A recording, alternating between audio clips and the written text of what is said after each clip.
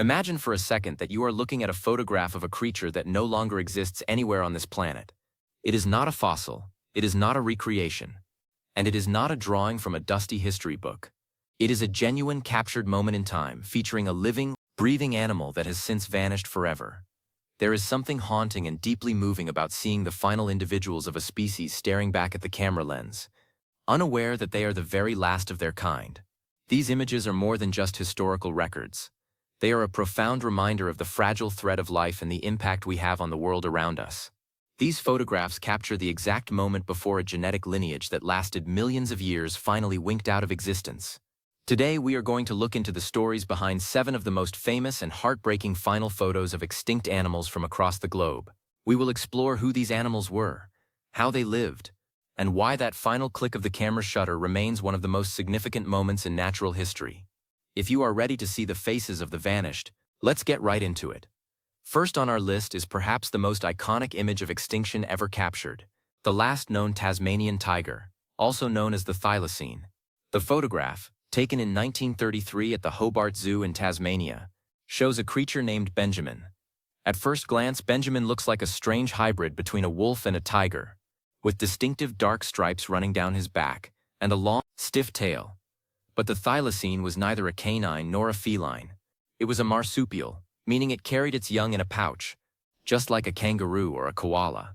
Benjamin is seen pacing in a small, wire-fenced enclosure, looking thin and somewhat restless. This photo and the accompanying film footage are the only moving records we have of this species. The tragedy of the Tasmanian tiger is that it was systematically hunted because humans feared it would target livestock. By the time people realized the species was in trouble, it was already too late. Benjamin passed away in 1936, just months after the species was finally granted protected status.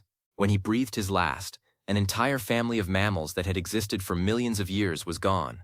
Looking at his eyes in that grainy black and white photo, you can almost feel the weight of a world that was closing in on him. It is a powerful testament to how quickly a species can disappear when we stop paying attention. Moving from the forests of Tasmania to the vast plains of the United States, we encounter the story of Martha, the last passenger pigeon. If you had lived in America in the early 1800s, it would have been impossible to imagine that the passenger pigeon could ever go extinct. They were once the most numerous birds on the planet, with flocks so massive they literally darkened the sky for days as they flew overhead. Some estimates suggest there were billions of them. However, through relentless hunting and massive habitat loss, their numbers plummeted with terrifying speed. By the start of the 20th century, only a few remained in captivity. Martha was the very last one, living at the Cincinnati Zoo. The famous photo of Martha shows her perched alone, a small bird with a noble posture and bright eyes. Unlike the bustling flocks of her ancestors, Martha spent her final years in total solitude. She became a celebrity of sorts, a living monument to a vanishing era. When Martha passed away in 1914, she was immediately frozen in a block of ice and sent to the Smithsonian Institution for study. That final photo of her represents the end of one of the greatest biological spectacles ever seen on Earth. It serves as a reminder that even the most abundant life forms can be extinguished if we take their presence for granted. Our third photograph takes us to the beautiful and remote island of Mauritius in the Indian Ocean, but not for the animal you might expect. While everyone knows the dodo, which went extinct long before cameras were invented, fewer people know about the round island burrowing puma. The last known photograph of this rare snake was taken in the 1970s. This snake was unique because it was the only vertebrate known to have a hinged upper jaw, which allowed it to swallow large prey with incredible ease. The photo shows a slender, beautifully patterned serpent resting on the volcanic soil of its island home. The extinction of this boom wasn't caused by hunting, but by the introduction of goats and rabbits to the island. These invasive species ate the vegetation that the boa relied on for cover, and that its prey relied on for food. Without its habitat, the burrowing boa simply had nowhere left to go. The photo is a stark contrast to the aggressive way we often think of snakes. It shows a quiet, specialized creature that had found a perfect niche on a tiny speck of land, only to be undone by human interference. It is a reminder that extinction often happens in the quiet corners of the world, away from the spotlight, affecting creatures we barely had time to understand. Next, we look at the incredible and somewhat mysterious story of the quagga. The quagga was a subspecies of the plain zebra that lived in South Africa. What made it so visually striking was its coat, which featured stripes only on the front half of its body, fading into a solid brown color on its rear, making it look like a cross between a zebra and a horse. The last living quagga was a mare that lived at the Natura Artis Magistra Zoo in Amsterdam. The photograph of her, taken in 1870, is hauntingly beautiful. She stands with a stoic expression, her unique patterns glowing in the soft light of the enclosure. At the time the photo was taken, people didn't even realize the quagga was a separate kind of animal that was in danger. They were hunted by settlers for their skins, and because they competed with livestock for grazing land. When this last mare died in 1883, the world didn't even notice for several years. It wasn't until a census of museum specimens was taken that researchers realized the quagga was gone forever. Today there is an effort called the Quagga Project, trying to bring back a similar-looking animal through selective breeding of zebras. But the original, unique lineage we see in that 1870 photo is a chapter of history that has been permanently closed. For our fifth photograph, we travel to the rugged islands of the Galapagos to meet a true legend, Lonesome George. George was a Pinta Island tortoise, and arguably the most famous animal in the world during his lifetime. He was discovered in 1971 on an island where his species was thought to have already disappeared. For decades, scientists tried everything to get George to mate with females from closely related subspecies in hopes of preserving some of his genetic heritage. But it was never successful. The many photos of George captured over the years show a massive, ancient-looking creature with a long neck and a weathered shell. He looked like a living boulder, a survivor from a prehistoric age. George became a global symbol for the conservation movement. He was the face of the struggle to protect the unique biodiversity of the Galapagos. When Lonesome George passed away in 2012 at the age of over 100, it made headlines around the world. The final photos of him, often showing him looking out over the volcanic landscape, are deeply moving. They represent a literal end of the line. George was the last of the Pinta Island tortoises, and his departure meant that a branch of the evolutionary tree that had grown for millions of years finally stopped reaching toward the sun. Sixth on the list is an animal that many people might find surprising, the heath hen. The heath hen was a ground-dwelling bird, a relative of the prairie chicken, that was once common in the scrubby coastal areas of North America, particularly in places like Martha's Vineyard. As settlers moved in, they hunted the birds for food and destroyed the specific habitats they needed to survive. By the late 1920s, there was only one bird left. He was a male, often referred to by locals as a lonely bachelor. The final photos of the last heath hen show him out in the wild, standing in a field of tall grass. There is something particularly sad about these photos because, unlike the animals in zoos, this bird was still in his natural habitat, performing his traditional mating dances and calling out for a mate that would never come. Scientists and birdwatchers would travel to the island just to catch a glimpse of him. He was last seen in March 1932, and after that, he vanished into the fog of history. Those final images of him lecking, or displaying his feathers, are a poignant look at the instinct to survive and carry on, even when the odds are zero. It's a reminder that nature has a powerful drive to persist, but even that drive has its limits when faced with overwhelming change. Finally, we come to a more recent and incredibly tragic loss, the baiji, or the Yangtze River dolphin. The baiji was a graceful, pale blue freshwater dolphin that had lived in the Yangtze River in China for 20 million years. It was often called the goddess of the Yangtze. As China industrialized, the river became crowded with ships, polluted with chemicals, and filled with illegal fishing nets. The sonar that the dolphins used to navigate was jammed by the noise of boat engines. The last confirmed photos of a living baiji were taken in the early 2000s. These photos show a sleek, long-snouted creature breaking the surface of the murky river water. It looks like a ghost appearing from the depths. In 2006, an intensive expedition was launched to find any remaining dolphins. But after 6 weeks of searching the entire river, not a single one was found. The baiji was declared functionally extinct. It was the first time in history that a large vertebrate species had been wiped out primarily by industrial activity. The images of them swimming in the river are perhaps the most chilling on this list because they show a creature struggling to survive in a world that had become fundamentally hostile to its existence. It is a modern tragedy that happened right before our eyes, in the age of high-definition photography and global connectivity. So, why do we look at these photos? Why do they hold such power over us? I think it is because they bridge the gap between once upon a time and right now. When we read about dinosaurs, they feel like monsters from a fantasy world. But when we look at Benjamin the Thylacine, or Lonesome George, We see animals that occupied the same world we do. We see the same sunlight hitting their fur or shells that hits our skin today. These photos force us to confront the reality that extinction isn't something that just happened in the prehistoric past. It is a process that is ongoing. Each of these animals was an individual with a personality and a place in their ecosystem. They were the results of millions of years of adaptation, of surviving ice ages and volcanic eruptions, only to be brought low in a few short decades by changes they couldn't possibly understand.